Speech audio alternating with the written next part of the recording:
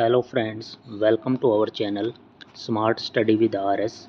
आज के लेक्चर के अंदर हम Haryana CET group D set number 74 जो कि हमारे 22/10/2023 को फर्स्ट शिफ्ट के अंदर हुआ था, वो पेपर डिस्कस करेंगे। बिल्कुल ही ओरिजिनल ऑथेंटिक पेपर है, आपको बिल्कुल ध्यान से देखना है ताकि आपके लिए बेनिफिशियल हो सके। ग्रुप 56-57 ग्रुप 1-2 के लिए सभी के लिए इम्पोर्टेंट क्वेश्चन है, आइडिया लग जाएगा कि किस तरह के क्वेश्चन आ रहे हैं। तो स्टार्ट करते हैं पहले क्वेश्चन से कि दर्पण अपने ऊपर पड़ने वाले प्रकाश की दिशा को परिवर्तित कर देता है। दर्पण द्वारा प्रकाश की दिशा में ये परिवर्तन क्या कहलाता है? तो अपनी दिशा को परिवर्तित कर रहा है तो यह क्या हो जाएगा? प्रकाश का परावर्तन, रिफ्लेक्शन, ऑप्शन नंबर 3। उसके बाद पहले क्वेश्चन का 3rd हो जाएगा सेकंड क्वेश्चन। ये मिलान करना है, जीव का नाम है और मनुष्य श्वसन अंग, कौन सा जीव किस अंग से सांस लेता है? तो मनुष्य का क्या हो जाएगा? फेफड़े, केचुआ त्वचा, कीट पतंगे हैं जो श्वास नली से, और मछली गिल्स, गलफड़े, जिसको गलफड़े भी बोल देते हैं, गिल्स इंग्लिश में लिख रखा है इसने। तो ये आप देख लेना 2143 ऑप्शन नंबर आप चेक कर लेना, इसमें पता नहीं शायद मैच नहीं हो रहा है, लेकिन यही है 2143। उसके बाद है 3rd क्वेश्चन में भी मिलान चिन्ह है। तो ये अलग ग्रंथि दे रखी हैं, और कौन सी ग्रंथि कौन सा रस स्त्रावित करती है? तो वो है लार ग्रंथि है, तो उसके अंदर क्या होता है? अमाइलेज होता है। उधर पेट के अंदर क्या होता है? हाइड्रोक्लोरिक अम्ल, HCl भी कहते हैं इसको। उसके बाद यकृत, लीवर के अंदर क्या होता है? पित्तरस होता है। अग्नाशय पैनक्रियाज क्या रिलीज करता है? इंसुलिन रिलीज करता है। तो यहाँ पे आपका क्या हो जाएगा? 44312 ये बनेगा, जो कि ऑप्शन नंबर 4 है। नेक्स्ट क्वेश्चन, मृदा को ढीला और पलटने की प्रक्रिया क्या कहलाती है? तो ये हम सबसे पहले क्या करते हैं? जुताई करते हैं। तो यहाँ पे क्या हो जाएगा? जुताई, ऑप्शन नंबर 4। दूध का पाश्चुरीकरण क्या है? दूध को लगभग 70 डिग्री सेल्सियस तापमान पर लगभग 30 सेकंड तक गर्म करना, और फिर ही अचानक ठंडा करके भंडारण करना, ऑप्शन नंबर 3। नेक्स्ट, कौन सा खाद्य आयोडीन के साथ नीला काला रंग देता है? तो ये हो जाएगा स्टार्च। टाइफाइड, बाकी खनिज पदार्थ, प्रोटीन, वसा, ये आयोडीन के साथ क्रिया ही नहीं करते। टाइफाइड किससे? आंतरजवर जो कहते हैं, टाइफाइड जीवाणु से होता है। कौन सी संघनन प्रक्रिया है? कंडेंसेशन है जल वाष्प का द्रव अवस्था में परिवर्तित करना, कंडेंसेशन या संघनन प्रक्रिया कहलाती है। बड़े स्तर पर अनाज का भंडारण किस में किया जाता है? बड़े स्तर पर हम सिलोज और धान्यगार में करते हैं, ऑप्शन नंबर 1। नेक्स्ट 10वां क्वेश्चन, 10वां एक ये अब तक तीसरा क्वेश्चन आ गया जो मिलान का है। तो इसमें है कौन सा जीव कैसे गति करता है, कैसे चलता है वो, तो वो देखना है। तो इसमें सबसे पहले है सांप रेंग कर चलता है तो रेंगना आ जाएगा। मछली तैरती है, पक्षी उड़ते हैं, उड़ना आ जाएगा। गाय चलना हो जाएगा। तो यहाँ पे क्या हो जाएगा? 2143 ये कोड है, ऑप्शन नंबर 3। गाढ़े रंग की वस्तुएं हल्के रंग की वस्तुओं की तुलना में डैश ऊष्मा अवशोषित करती हैं। तो गाढ़े रंग की वस्तुएं वो ज़्यादा अधिक ऊष्मा अवशोषित करती हैं, इसलिए गर्मियों में क्या है? हल्के सफ़ेद कपड़े पहनते हैं, ना कि ब्लैक कलर के। मनुष्य के सामान्य आंख की न्यूनतम स्पष्ट दूरी कितनी होती है? 25 सेंटीमीटर। रोगाणु ऐसे सूक्ष्म जीव हैं जो रोग फैलाते हैं या रोग पैदा करते हैं, तो फर्स्ट ही ऑप्शन हो जाएगा। कौन सी एंटीबायोटिक है? एंटीबायोटिक इसमें से कौन सी है? तो एक ही ऑप्शन अजीब सा है, बाकी तो सोडियम कार्बोनेट, सल्फ्यूरिक अम्ल, अल्कोहल ये दे रखा है। एरिथ्रोमाइसिन ये एंटीबायोटिक दवाई है। एनोडीकरण निम्नलिखित में किसकी ऑक्साइड की मोटी परत बनाने से होता है? तो एनोडीकरण हम करते हैं, एल्युमिनियम की मोटी परत चढ़ा जाती हैं। हरियाणा में भाखड़ा प्रणाली के अंदर कुल कितनी नहरें आती हैं? भाखड़ा प्रणाली बहुत बड़ी प्रणाली है, नहरी पानी से रिलेटेड, और इसके अंदर 521 नहरें आती हैं। ट्रिपल IIT हरियाणा में कहाँ है? ट्रिपल IIT तो है नहीं, ट्रिपल IIT हरियाणा में सोनीपत के अंदर है। उसके बाद है निम्नलिखित में कौन हरियाणा के प्रथम मुख्यमंत्री थे? तो हरियाणा के मुख्यमंत्री पहले थे भगवत दयाल शर्मा, और पहले अगर राज्यपाल पूछे तो धर्मवीर सिंह। फतेहाबाद में दो महत्वपूर्ण स्मारक हैं, एक तो लाट की मस्जिद है, तो दूसरा स्मारक कौन सा है? दूसरा स्मारक है अर्जुन स्थल। हरियाणा राज्य में कितने लगभग सामुदायिक विकास खंड हैं? 130 से लेके 140। इनका जो हेड इनको देखता है वो बीडीओ होता है। निम्नलिखित में कित कथनों पर विचार कीजिए। हरियाणा में 8 प्रशासनिक स्थल हैं और पंचकुला हरियाणा के प्रशासनिक प्रभागों में से एक है। हरियाणा में 8 नहीं, हरियाणा में 6 प्रशासनिक स्थल हैं। पहली बात तो ये, पहला ऑप्शन गलत है। और पंचकुला हरियाणा के प्रशासनिक प्रभागों में से एक है, ये भी गलत है। तो यहाँ पे दोनों ही कथन गलत दे रखे हैं। 21 का हम चेक कर लेते हैं। यहाँ पे 21 का है न तो ए और न ही बी। तो यहाँ पे प्रशासनिक व्यवस्था से भी हरियाणा को 6 भागों में बांटा गया है और पंचकुला में प्रशासनिक व्यवस्था है भी नहीं। यहाँ पे थर्ड हो जाएगा हमारा। चरखी दादरी की निम्नलिखित में से किसके साथ सीमा नहीं लगती? तो हिसार के साथ नहीं लगती, बाकी सभी के साथ लगती है। हरियाणा का राज्य फूल, तो हरियाणा का राज्य फूल कमल है। हरियाणा में प्रधानमंत्री मुद्रा योजना किस वर्ष शुरू की गई थी? प्रधानमंत्री मुद्रा योजना 8 अप्रैल 2015 को। Option number 4। इब्राहिम लोदी का मकबरा कहाँ पे है? पानीपत में, क्योंकि प्रथम युद्ध भी पानीपत का 1526 में बाबर और इब्राहिम लोदी के बीच में हुआ था, तो वहीं पे उसका मकबरा है जहाँ पे इब्राहिम लोदी वहाँ पे हार के मारा गया था। उसके बाद है ये भी मिलान करना, ये चौथा क्वेश्चन आ गया मिलान का इस पेपर में। तो स्काई, सबसे पहले है स्काई लार्क, ये पानीपत के अंदर है। दमदमा झील गुड़गांव के अंदर है। डबचिक झील होडल के अंदर है, पलवल होडल। उसके बाद है करण लेक, करण झील Uchana. 4213, 4213 option number first. 4213 option number first. 26 का फर्स्ट हो जाएगा। 27 राष्ट्रीय सुरक्षा गार्ड है, एनएसजी की बात कर रहा है भाई। एनएसजी नेशनल सिक्योरिटी गार्ड संबंध से निम्नलिखित कथनों पर विचार कीजिए। तो देखते हैं इसने कौन से कथन विचार करने के लिए कहा है। पहला है ये एक केंद्रीय सशस्त्र बल है भाई, के सेंट्रल गवर्नमेंट के अंदर आता है, ठीक बात है। ये भारत सरकार के रक्षा मंत्रालय के प्रशासनिक नियंत्रणाधीन है, तो सेकंड ऑप्शन गलत है। ये एनएसजी है जो हमारे रक्षा मंत्रालय के अंदर नहीं, ये होम मिनिस्ट्रीज के अंदर आती है, गृह मंत्रालय के अंदर आता है। ऑप्शन नंबर केवल ए ठीक है। हरियाणा की कुल जनसंख्या लगभग कितनी है? हरियाणा की जनसंख्या लगभग पहले थी 2,53,00,000 कुछ थी 2011 की जनसंख्या के अनुसार, लेकिन ये फिलहाल एट प्रेजेंट पूछ रहा है, ये 3 करोड़ से 3,20,00,000 के आसपास के बीच में है फिलहाल देखें तो। सेकंड ऑप्शन हो जाएगा। हरियाणा की चेरापूंजी छछरौली यमुनानगर के अंदर। Option number B. माधोगढ़ का प्राचीन किला कहाँ है? माधोगढ़ का महेंद्रगढ़ के अंदर है, इसका नाम भी इसलिए पड़ा है। सकल घरेलू राज्य घरेलू उत्पाद, स्टेट की जो जीडीपी होती है उसके बारे में कथनों पर विचार कीजिए।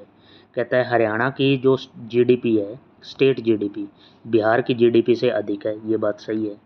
हरियाणा की जीडीपी उत्तराखंड के जीडीपी से भी अधिक है, तो ये भी ठीक है। तो यहाँ पे दोनों ही ऑप्शन बिल्कुल सही हैं। पर्यावरण संरक्षण तथा संवर्धन की दिशा में प्रयासों की मान्यता हेतु किसके नाम से हरियाणा सरकार ने एक पुरस्कार शुरू किया है? तो हरियाणा ने पुरस्कार शुरू किया है पर्यावरण के क्षेत्र में, वो है श्री दर्शन लाल जैन के नाम पे एक पुरस्कार मिलता है पर्यावरण से रिलेटेड। उसके बाद है निम्नलिखित कथनों पर विचार कीजिए। 33 क्वेश्चन। हिंदी हरियाणा राज्य की राजकीय भाषा है, बिल्कुल ठीक बात है। उसके बाद है वर्ष 2010 में पंजाबी को हरियाणा की राजकीय भाषा प्रदान को दर्जा दिया गया था, तो ये भूपेंद्र सिंह हुड्डा की सरकार में 2010 में पंजाबी दूसरे नंबर की राजकीय भाषा है, तो ए और बी दोनों कथन सही हैं बिल्कुल। पूर्व भारतीय क्रिकेटर वीरेंद्र सहवाग की एक क्रिकेट अकादमी है, वो कहाँ पे है? झज्जर में है, इजी क्वेश्चन था। उसके बाद है दिल्ली की किस दिशा में हरियाणा राज्य आच्छादित नहीं है? तो दिल्ली के पूर्व में तो क्या है? उत्तर प्रदेश आ जाएगा, दिल्ली के पूर्व में हरियाणा नहीं है, बाकी सभी को टच करता है। कौन सा हरियाणा के मर्दों की पारंपरिक वेशभूषा नहीं है? तो यहाँ पे आदमी की जो वेश कामरी है, सोपली है, साफा है, दोहर नहीं है। Option number second. निम्नलिखित कथनों पर विचार कीजिए। हरियाणा में 5 पुलिस आयुक्तालय हैं और सेकंड ऑप्शन है फरीदाबाद में पुलिस आयुक्तालय स्थित है। तो यहाँ पे हरियाणा में 5 पुलिस नहीं है, हरियाणा में 4 पुलिस आयुक्तालय हैं। फरीदाबाद में है पहला, गुरुग्राम में है, फिर सोनीपत में है और एक है अम्बाड़ा में। तो यहाँ पे ये 4 हैं, 5 नहीं, तो पहला ऑप्शन गलत हो जाएगा, सेकंड सही हो जाएगा, केवल बीट सही है। 38 क्वेश्चन हमारे पास क्या है? 38 क्वेश्चन है ब्रह्म सरोवर। ब्रह्म सरोवर कुरुक्षेत्र के अंदर है भाई, ऑप्शन नंबर सेकंड। प्रसिद्ध खिलाड़ी योगेश्वर दत्त, ये कुश्ती से रिलेटेड है, ऑप्शन नंबर इसका भी सेकंड।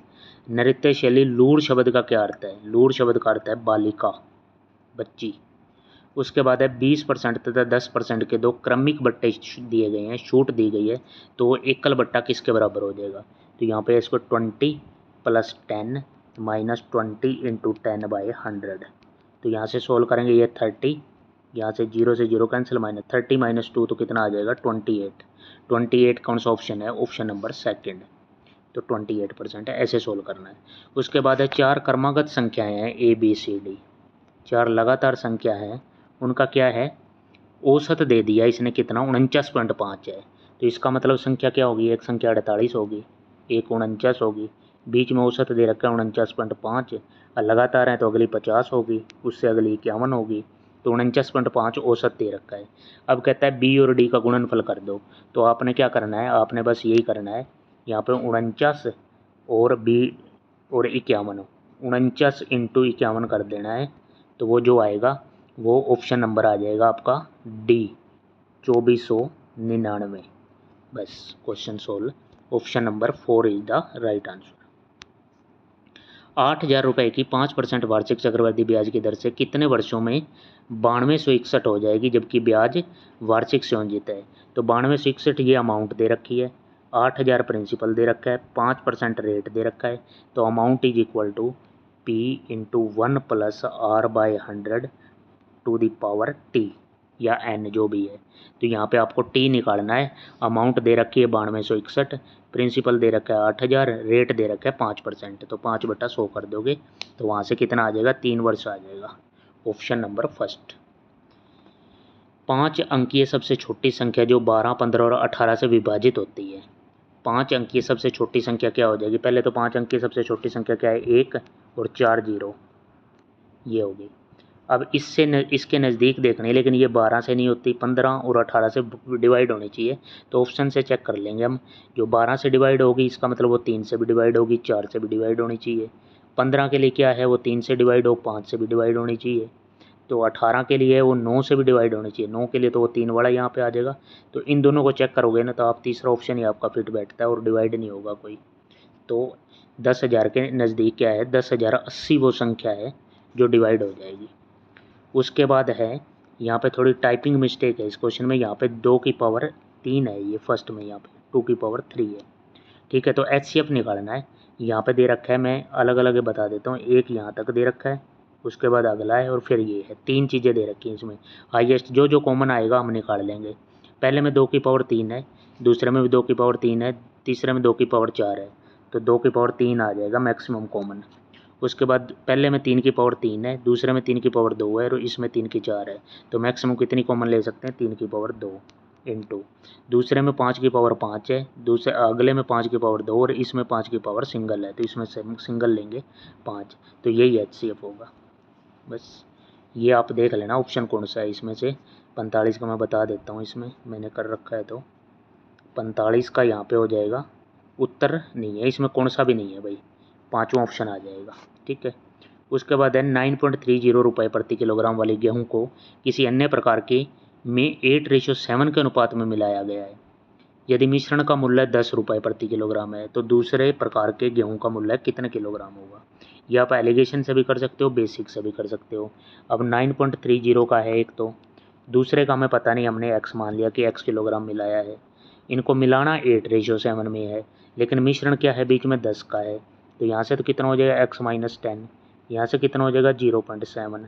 अब इसकी रेशो किसकी दे रखी है? रेशो इसकी दे रखी है, x - 10 divide 0.7 is equal to 8/7 दे रखा है। बस यहाँ से आपने x सोल्व करना है क्रॉस मल्टीप्लाई से, वो आ जाएगा यहाँ पे 10.80, 10.80, ये हो जाएगा इसका right answer, option number second. A/B के प्रत्येक पद में जोड़े जाने वाली संख्या जिसका अनुपात C/D हो। तो A/B है, मतलब इसको A/B लिख सकते हैं। इसमें कोई संख्या मैंने K जोड़ दी, नीचे भी K जोड़ दी, और ये अनुपात जोड़ने के बाद कितना हो रहा है? C/D हो रहा है, यानी कि C/D। तो यहाँ से वो कह रहे हैं हमने K की वैल्यू की क्या संख्या जोड़ें, तो हमने तो K जोड़ा है, तो ये के की वैल्यू निकालनी पड़ेगी। के की वैल्यू वही क्रॉस मल्टीप्लाई से आप सोल्व करोगे ना, तो इसका आंसर आ जाएगा कौन सा, ये ए डी, मैंने ये लिख रखा है A D minus B C by C D, इसमें कौन सा ही ऑप्शन नहीं है, ये आएगा इसका राइट आंसर। उसके बाद है किसी राशि को 3:5 के अनुपात में विभाजित किया गया है, बड़ा भाग 75 रुपये है। तो यहाँ से देख लो इस 5 की वैल्यू ही 75 है, कितने गुना हो गई, 15 गुना हो गई। तो राशि निकालनी है, राशि क्या 3:5 है, टोटल कितना हो गया 8 है, एक यूनिट की वैल्यू 15 है तो 8 की कितनी हो जाएगी 120, 15 8 120, चौथा ऑप्शन हो जाएगा। 0 x और 1 में निम्नलिखित में कौन सी बड़ी संख्या है। तो मैंने कोई एक संख्या लेट कर ली 0 और 1 के बीच में, मैंने 1/2 लेट कर लिया, मतलब 0.5। तो अब मैं x स्क्वायर करूँगा तो 1/4 हो जाएगा, ये और छोटा हो जाएगा, 1/x 2 होगा। 1/x स्क्वायर करूँगा ना जब मैं 1/2 का होल स्क्वायर हो जाएगा, और ये 2 ऊपर घूम के कितना बना देगा 4 बना देगा।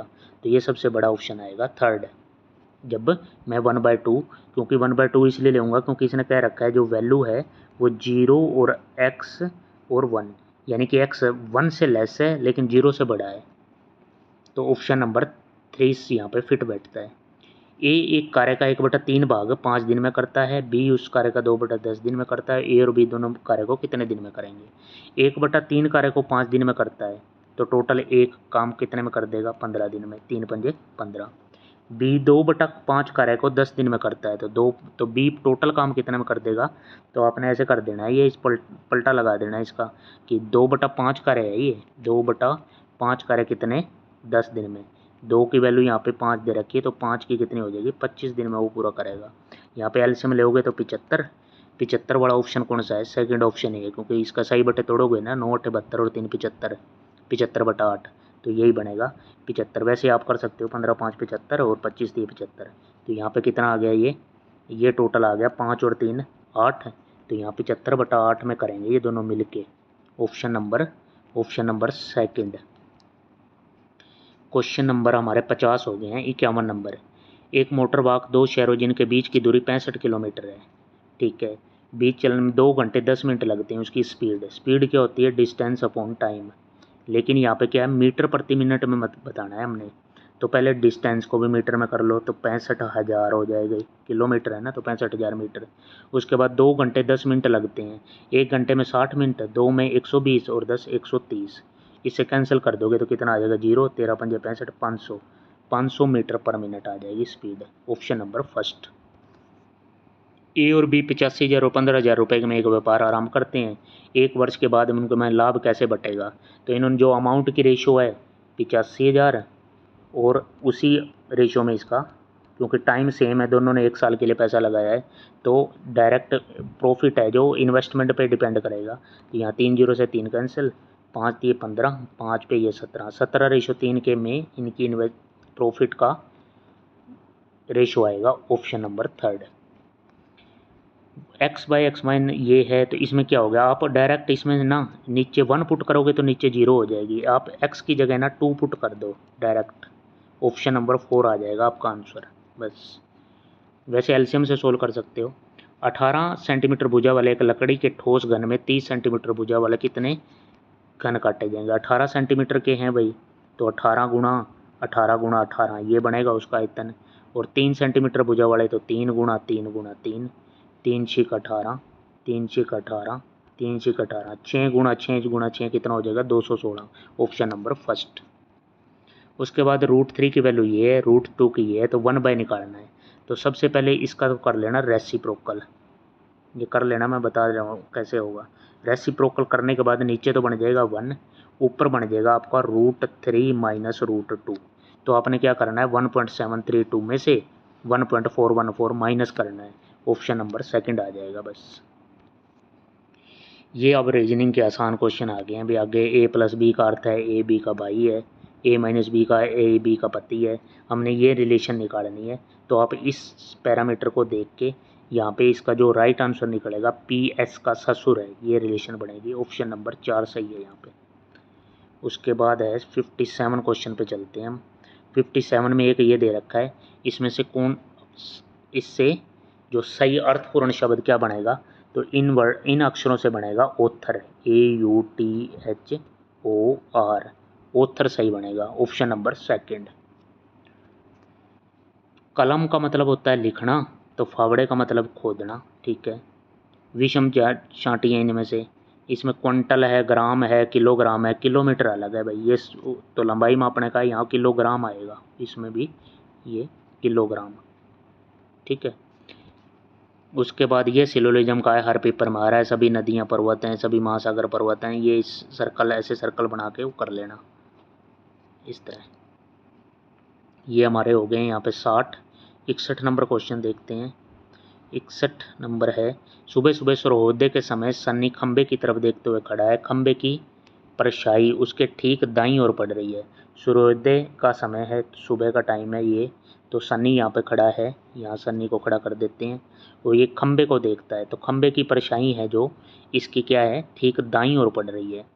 तो अगर मैं सन ऊपर देख रहा है, खंबे की परछाई यहाँ पे आएगी इस साइड, क्योंकि इस साइड सूरज है, तो परछाई ऐसे आएगी खंबे के इस साइड, ये।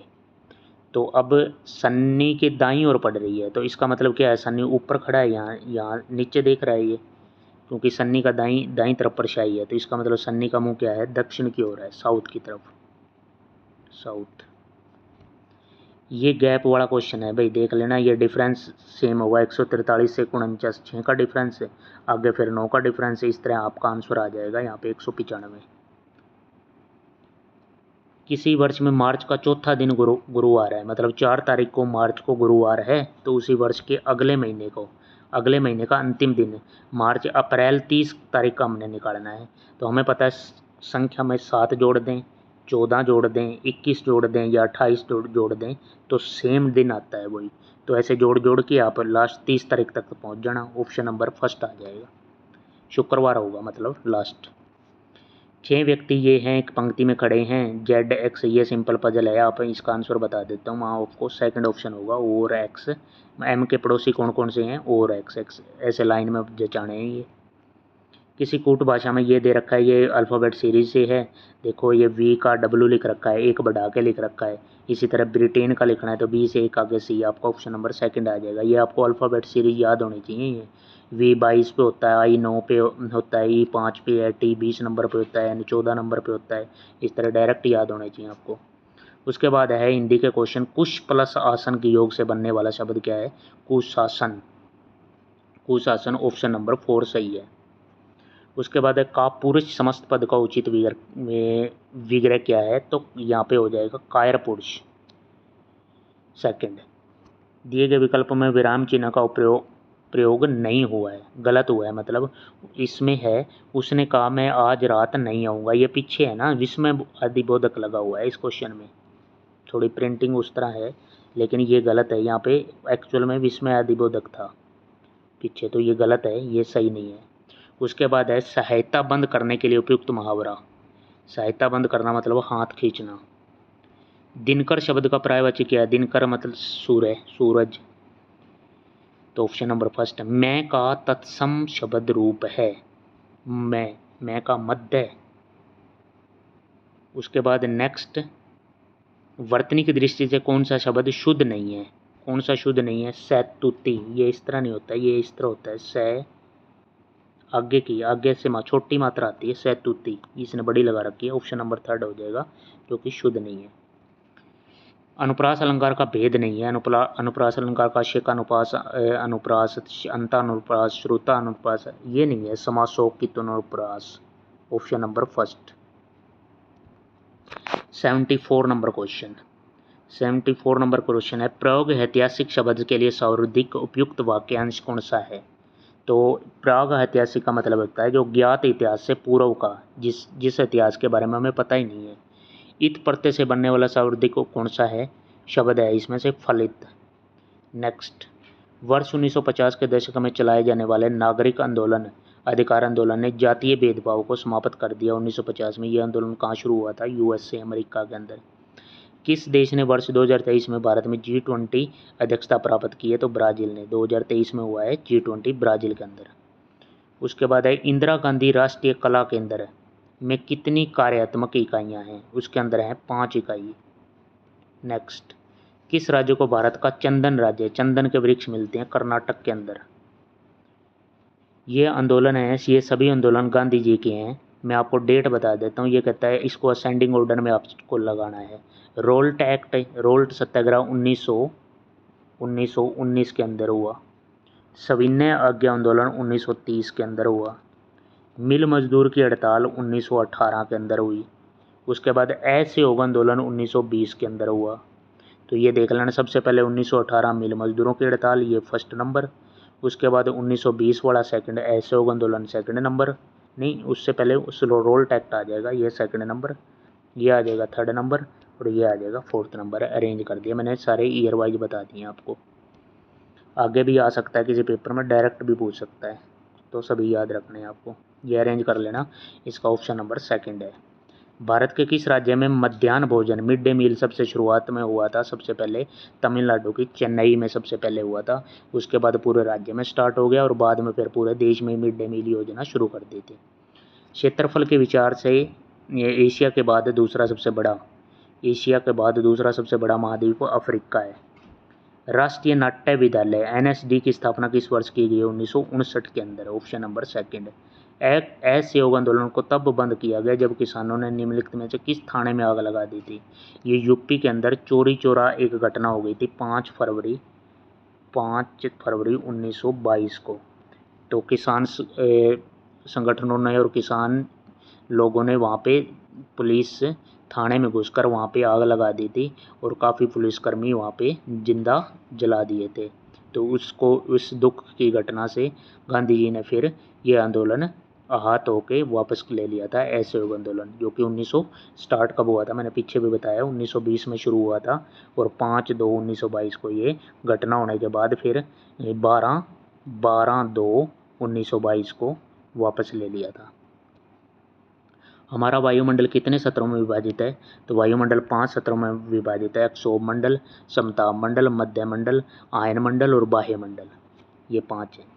प्रसिद्ध क्रिकेट खिलाड़ी बेन स्टोक है, इसने अब संन्यास ले लिया, शायद इंग्लैंड से है, सेकंड ऑप्शन हो जाएगा इंग्लैंड। किस वर्ष कांग्रेस तथा मुस्लिम लीग के बीच में लखनऊ समझौता हुआ था? 1916 के अंदर, 1916। नेक्स्ट है, महात्मा गांधी राष्ट्रीय ग्रामीण रोजगार गारंटी अधिनियम मनरेगा में भारत सरकार ने वर्ष में कितने दिनों तक रोजगार की गारंटी दी है? तो 100 दिनों तक आपको रोजगार मिलेगा। उसके बाद है, किस व्यक्ति ने वर्ष 2019 के लिए भारत रत्न का पुरस्कार जीता है? तो ये हो जाएगा, यहाँ पे HSSC ने प्रणब मुखर्जी माना है, ऑप्शन नंबर फर्स्ट हो जाएगा। कौन सा पक्षी अपना घोंसला नहीं बनाता? तो ये ऑप्शन हो जाएगा, कोयल अपना घोंसला नहीं बनाती, ऑप्शन नंबर सेकंड। उसके बाद है, change the flowing sentence in indirect speech. Narration है, he said Nambiar works hard.